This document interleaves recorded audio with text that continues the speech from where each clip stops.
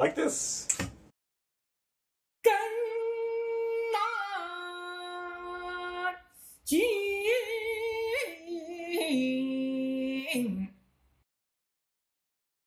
Greetings, I'm武備要畧, and this is Juan Guandao, Secretly Transmitted Methods of the Guandao, my absurdly specialized series discussing all things Guandao. In this video, I'm going to be talking about gripping the Guandao, or more specifically, I'm going to be talking about one particular grip that is often used when practicing the Guandao.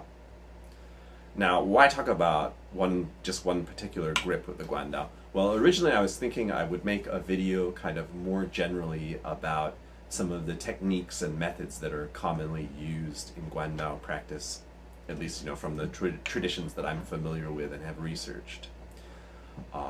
But whenever I was trying to kind of come up ways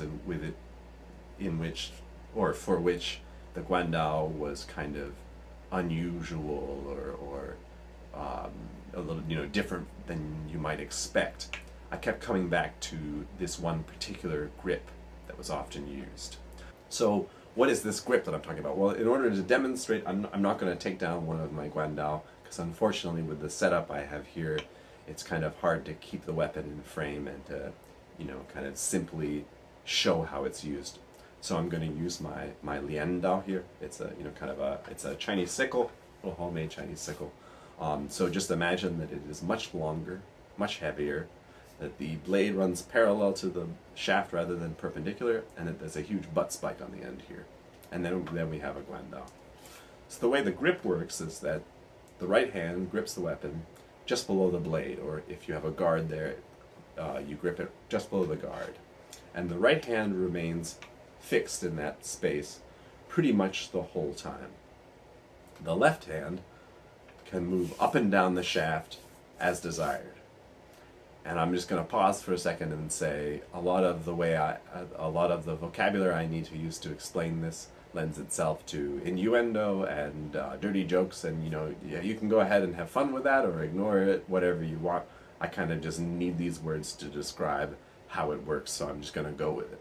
So as I was saying, your left hand can move up and down the shaft depending on what you need.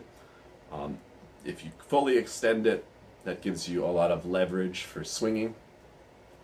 If you put it up close to your right hand, that can give you a lot more maneuverability for different kinds of moves. You can kind of swing it around and do stuff like that. And in my tradition, the form, you absolutely have to be moving your left hand all the time, but your right hand remains fixed almost the entire time. And from what I've seen on YouTube videos of Dadao form or Guandao forms from other traditions, this seems to be pretty much the standard in modern martial art, or in Chinese martial arts that are practiced today. This is usually the grip that I see used. Now, as a quick caveat, there usually is one point in every form where the wielder does loosen the right hand grip, kind of in order to get a quick reach hit in there, but then quickly recovers, and then the right hand. So the right hand remains fixed almost the whole time, except for maybe one move or something like that. So what's interesting about this grip, or what's unusual about it, or why is it worth commenting on? Well, so in order to explain that, I want to kind of step back a little bit and talk a little bit about how I came to this topic, because for me this is probably the most interesting thing about Guandao, and it's one of the main reasons that I decided to do this series. So when I was first starting out in Chinese martial arts, I sort of, quickly got the sense that not everything I'm learning in forms is totally practical in a real combat situation. And I also got the idea from kind of reading and researching that, probably a lot of it isn't necessarily historical. People claim it's been, handed down through generations, and, probably some of that is true, but every generation kind of puts their own stamp on it, and things change, and things that may have once been practical get stylized and stuff like that. And not only that, but it probably borrows some from Chinese opera or other sources. And I'm not gonna settle that debate today. I know that's a pretty controversial topic to bring up, and people have strong feelings one way or the other. I don't want to get into that today. I think it's a discussion worth having, but not something I'm going to get into too great a detail today. But that was certainly something that was going on in my head when I was kind of first beginning to intensely study Chinese martial arts. And so when I started learning Guandao and I saw this grip, I thought immediately, there's no way that this is a practical choice. There's no way that this is a historical technique. It just seemed too impractical to me. If you have a pole weapon, if you have a polearm that's this long, one of the greatest advantages of the weapon is that it has reach. Like, you want to strike as far as you can. You want to use all of that reach. You want to hit that swordsman in the head and kill him before he comes close to you. That's what polearms are for, right? They're for giving the wielder more reach. So why on earth would you grip it right next to the blade and get rid of that reach advantage? What would be the point? So for me, this was kind of symbolically this impracticality in Chinese martial arts that I could observe easily, and I also kind of assumed it probably came from Chinese opera or something like that. It probably wasn't something that developed in a martial context.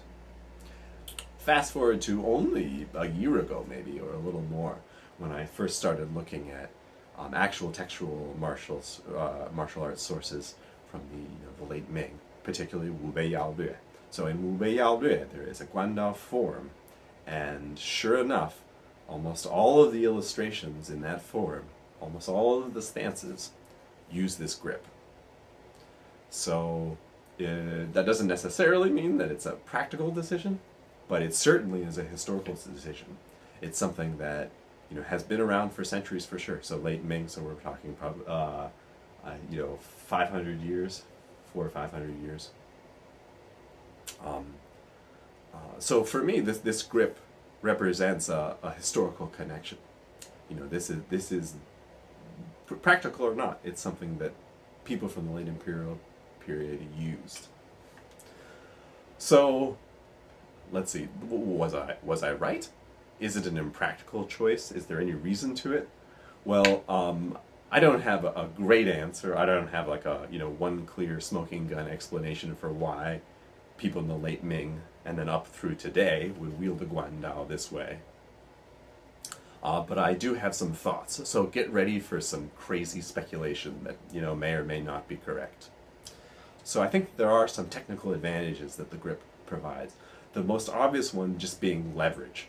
So remember that the Guandao is a very heavy weapon, and so when you've got a big heavy blade at this end, having that extra long pole gives you a lot of leverage, and not to mention the butt spike, which again gives you a lot of counterbalance and really helps you with that swing.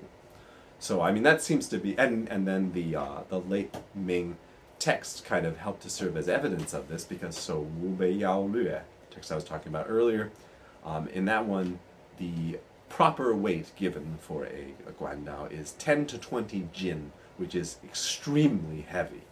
So it's not surprising that text uses this grip, whereas another late Ming text, the Jingguo Xiong gives a proper weight of 5 jin, which is still quite heavy, but quite a bit less than the Wubei yaolüe. And in that text, they actually don't use this grip. Sometimes the wielder in that text grips it pretty high, but a lot of the time he grips it much lower. So the reason it's depicted that way in the Wubei yaolüe may have been specifically because they were using a very heavy weapon. It's one possibility. So another technical advantage provided with this grip is that it gives the user the potential to use 3 points of contact. So that's when you can kind of press your body up against the weapon in order to make it more stable. So 3 points of contact, your 2 hands and the body. So if you're able to kind of lock your opponent's weapon, you can then use your body to help pin the weapon down or hold it in place. And being able to use your body in that way gives you much more strength than if you're just using your arms.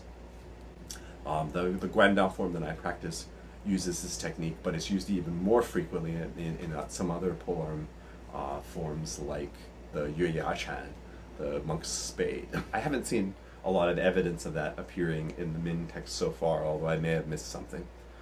So another technical advantage provided by this kind of a grip, and just the kind of the basic size and shape of the weapon itself, is that when you have so much weight in the blade end, that gives you a lot of maneuverability and control in the spear end. So it's we may have lost all of our reach with the blade, but we maintain quite a lot of reach with the butt spike. And we certainly see use of the butt spike in the late Ming texts, so it's certainly an important part of the weapon. And kind of as an interesting point of comparison, I remember watching some videos on the use of European poleaxes from Scholar Gladiatoria. I'll put a link in his video in the down below.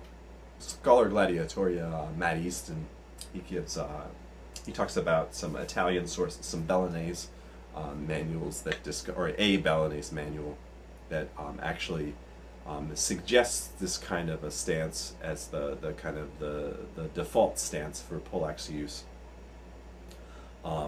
That is leading with the butt spike.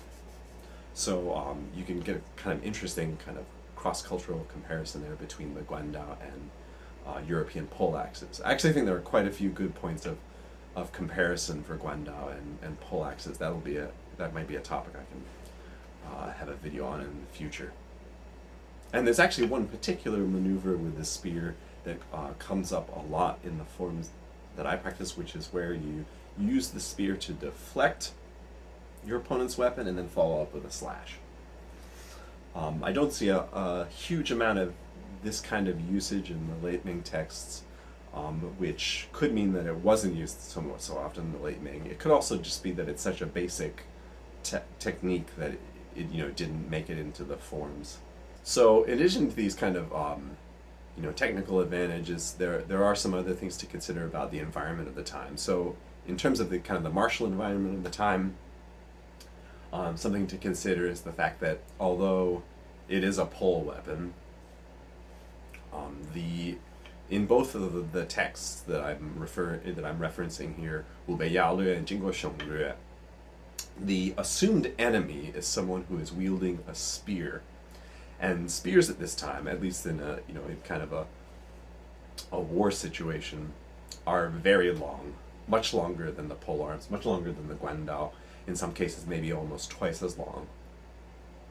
So even though it appears as though it's a weapon that has a long reach, that long reach may not have made much of it wouldn't make much of a difference if you're fighting somebody with a spear.